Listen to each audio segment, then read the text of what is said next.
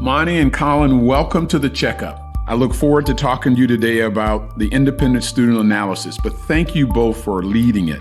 And so I'm excited to hear your perspective on it. But before we get there, I want to hear about your journey to UAB. Where are you from, where you went to school, and how did you choose to go into medicine? So I'll start with you first, Maani. Give me sort of your background. Yeah, so I grew up in Tuscaloosa, Alabama, so not too far from here. Went to Vanderbilt for undergrad, actually studied engineering and business, was kind of thinking that route. I ended up doing an internship actually in London between my junior and senior year of college. It was a software design internship, and I really liked it. I loved working on a team. I loved the problem-solving aspect of it. But at the end of the day, really missed kind of working with people and doing something to help the community. And so eventually, after college, sort of found my way to medicine and have really been really happy that I'm here and enjoyed it so far and excited about the next steps. Great. We're glad to have you. Colin, tell me about your journey here. Yeah, for sure. So I'm originally from Massachusetts, and then I moved to Ohio to do my undergrad at The Ohio State University. And then after that, I came down to Alabama to complete med school here. And it's kind of interesting. I actually started out as a regular MD student coming in, but from past experiences, I've always been really passionate about pediatric cancer. So during my first year of medical school, I was fortunate enough to email Dr. Elizabeth Byerly and said, hey, your research is pretty awesome. I'd love to get involved with it.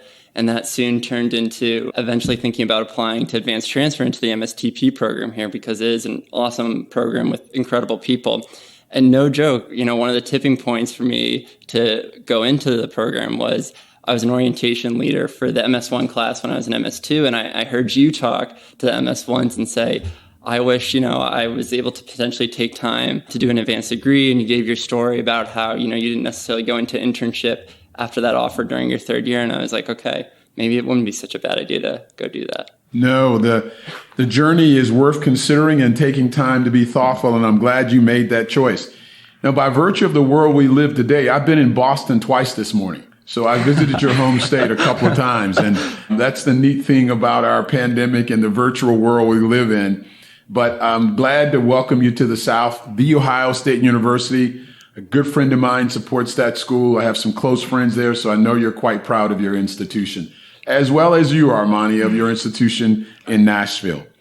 Let me ask if you all can give our listeners some understanding about what is the independent student analysis and what is its goals. So the independent student analysis is just a small part of the whole LCME accreditation process for the School of Medicine. And so it's really awesome opportunity where students truly independently get to self-analyze the school with their peers. So Maani and myself are the co-chairs of the ISA committee, along with 12 other people that help us lead this team to develop a survey that gets students' perspectives on where the current state of the school is, what we're doing super well, what we might need to improve on, and then we report that back to the LCME. Maani, your perspective. Thank you, Colin. Yeah, no, kind of exactly what Colin was saying. And I think for me, what was really exciting and really interesting about the ISA and the LCME in general is it's something that only happens every 8 years. So to be a part of it is a pretty unique opportunity. I think timing is part of it. And kind of we get to zoom out and view the school from that lens, which is pretty different from being a student and doing kind of the day-to-day work. So it's kind of one of the interesting things about the ISA and LCME accreditation process. So how did you frame this to your classmates? Is it a chance to uncover the dirt?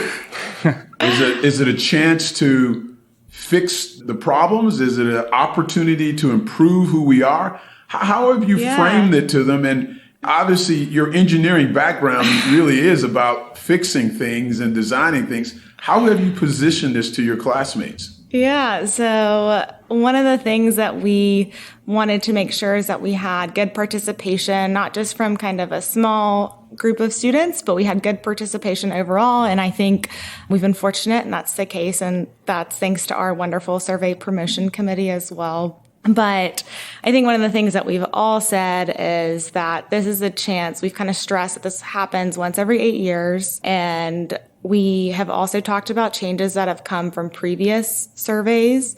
So the 4th and 5th editions to Volker Hall.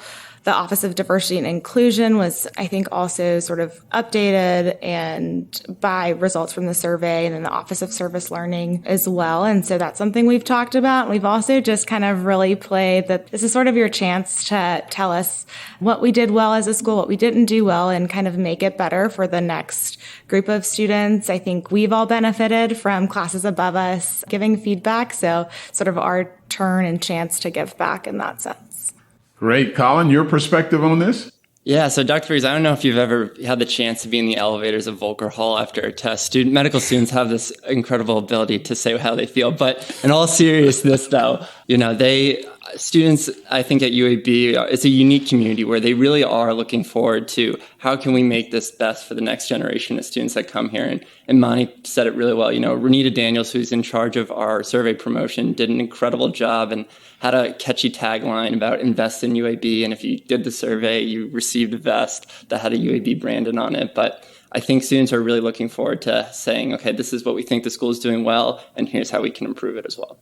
Outstanding. Tell me about your team. Who makes up this leadership team, the committees you have, and who have you involved? Yeah, I'll start with the leadership team. So we have so Colin and I are the co-chairs, and then we kind of have 4 people on the leadership team. So Kush, he is doing survey analysis. Corey Duke is doing survey. He did the survey creation. So he and his team are really involved in actually kind of figuring out what questions we need to include in the survey, which was an adventure, but definitely a learning process. And Renita Daniels is doing survey promotion. So she has helped get the word out, make sure we have good participation. She's worked a lot with Kendra Carter, who's helped us with a lot of the branding for the survey. And then also Deslyn Johnson, she's going to write the actual survey report with her team.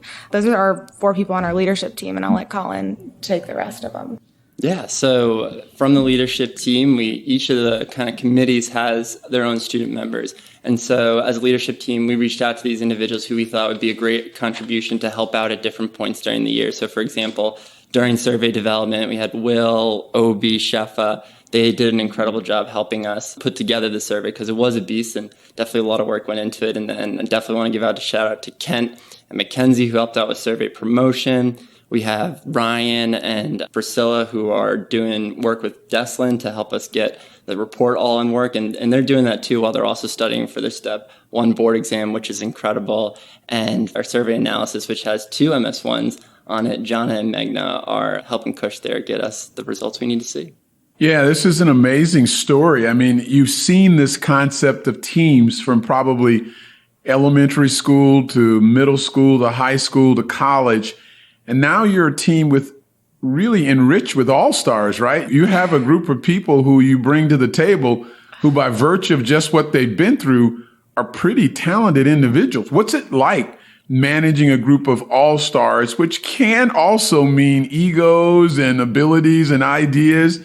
How's that been? I have loved working with this team. I think it's kind of been an interesting experience doing it all over Zoom. Colin and I have spent virtually so many hours together, and we actually just met in person for the first time last week, which was kind of bizarre. I was like, well, so you guys are vaccinated now, right? We are vaccinated. Great. And I learn something every single meeting. And I think everyone's really passionate about helping UAB. And so when we do have disagreements, they're all kind of founded because they just love the school and want to make it better. So an easy job for us, I would say. Colin, what is it like managing a team of all-stars? Honestly, it's awesome. I think really, I don't think we've ever had an ego problem. We meet every week on Tuesday nights. So, a lot of these students are in clinicals and they're still coming to these meetings, with a ton of energy and great ideas. And I truly feel like every Tuesday night I'm like rejuvenated. I'm like, wow, that was awesome. Where like they all bring in these different and diverse perspectives. And I think that's why truly we've had so much success so far because we have these all-stars with amazing perspectives. And even though it's been over Zoom, it feels like we are, sitting in the same room together all the time and chatting and having a good time. Yeah, I agree. We've adapted to Zoom well. It's great to hear that you've enjoyed this aspect because I think throughout your life, you're going to actually function in teams. Your success in medicine to take care of people is going to be relying on a diverse set of team members to make that happen. And so that's just a huge lesson to learn and a great opportunity to lead. Walk me through the release of the survey. Is it all done at once? So you do part of your class at one time? And how do you get the data back and process it? Yeah, so we tried to play into what were busy seasons for different classes of med school. So we knew that the MS2s, they had their step 1 preparation coming up, MS4s, they had their big match day, graduation was around the corner. So we first released the survey to them at the beginning of February and closed it at the beginning of March. And then once that was done, to kind of assess how did we do with engaging students, did we need to adjust anything on our current trajectory? We found that we were doing just fine. And so we released it to the MS1s and MS3s in the beginning of March. And then on Monday of next week, it's a pretty exciting time. We're going to actually close the survey and then get the results on Tuesday. Oh, my goodness. What level of participation have you obtained so far? So it has varied between the classes, but kind of between the 4 classes, including MSTP students and students who are on a leave of absence, it is a little bit over 90% or about 90%. That's phenomenal. Yeah. Is there anything you're going to hang out there as an incentive to get that last 10%? So we've had a couple of different incentives. So one, if you complete the survey, you get a UAB vest. And then we have some drawings for each class. So we have a pair of AirPods. So if you complete the survey, you kind of get an entry in this drawing. And then we also have a MacBook Pro, which is kind of our grand prize. Oh, my goodness. I know. And we are excited to see who wins that. So. And nobody's offered like a free dinner with Colin and Maani as a prize. I'm afraid we are not that popular. Well, those numbers are outstanding, and it's really nice to see. Man, what a nice grand prize to get a new MacBook Pro. And the AirPods would be a great piece as well. Well, it's an exciting time to get the data and learn what areas we can take advantage of. We were just on a podcast with the co-secretary of the LCME, Dr. Cantonese, and we talked about all the components. And I think critical to this, the most important thing, I think, is you framed it. This is an opportunity every 8 years to assess who you are, assess what you're good at. And you get one pat on the back if you're great in everything. Where you get your multiple pats on the back is the honesty where you evaluate things that you're good and not good in.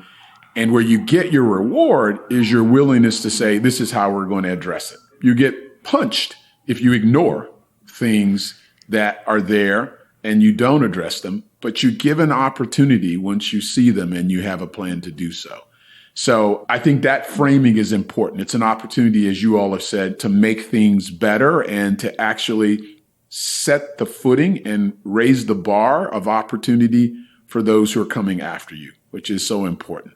So tell me, what are you guys thinking about post-medical school? Yeah, so for me, I actually matched this past week and I'm doing internal medicine. So excited about that. Where are you going to be doing it? I'll be in Penn in Philadelphia.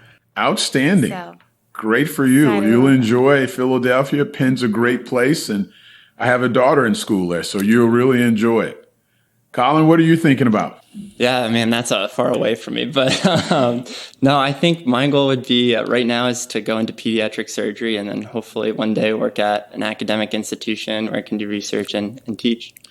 Well, you're taking the right track. Pediatric surgery is a phenomenal field. The pathway is often laced with those who've done a significant amount of time in research. And you're doing that now to work towards your PhD. Dr. Byerly's trained a number of people in that area. So you both are really moving toward great areas and really excited that UAB has prepared you and will prepare you for those next steps of your career journey. So any other things you may want to comment before we say thank you? I don't know. I think the biggest thing is really give a shout out to all the students who participated. This wouldn't have been possible without them. So really thank you to them to take the time to fill out the survey. And, we had a couple students participate in qualitative work before we even decided what questions to ask on the survey. So really just want to thank the students because it would not have been possible without them. Yeah, and also, I know we kind of talked about our all-star team of students working on the ISA, and we are so grateful to have them. It makes our job pretty easy. So we are very grateful for their work. Outstanding. Well, Colin and Maani, thank you so much for what you've done. Congratulations on your next move. You're exciting. I know you're excited to go to Philadelphia. Maani and Colin, enjoy the journey. You got a few years left. Yes. Thank you both for being on the Checkup. Thank you. Thank you.